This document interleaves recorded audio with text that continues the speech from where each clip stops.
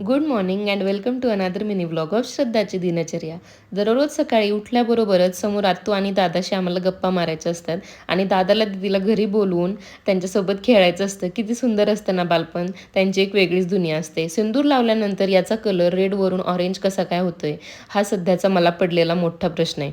तर असो, माझं आजचं रुटीन शेअर करते. घरातली रोजची छोटी मोठी कामे आवरली, त्यानंतर स्वयंपाक केला आणि आजच्या दुपारच्या जेवणात होतं भाकरी, पत्ताकोबीची भाजी आणि मटकीची मिसळ.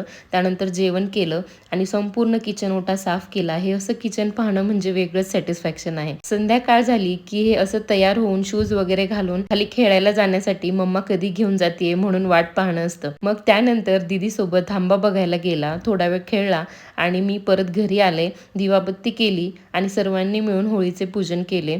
शौर्य आणि रुद्रदादासोबत ताटवाटी वाजवत फेरे मारले. त्यानंतर राहिलेला स्वयंपाक करून घेतला आणि त्यानंतर दोघांनी जेवण केलं आणि असा गोड झाला आजच्या दिवसाचा शेवट. भेटत पुढच्या मिनी ब्लॉगमध्ये. तोपर्यंत बाय.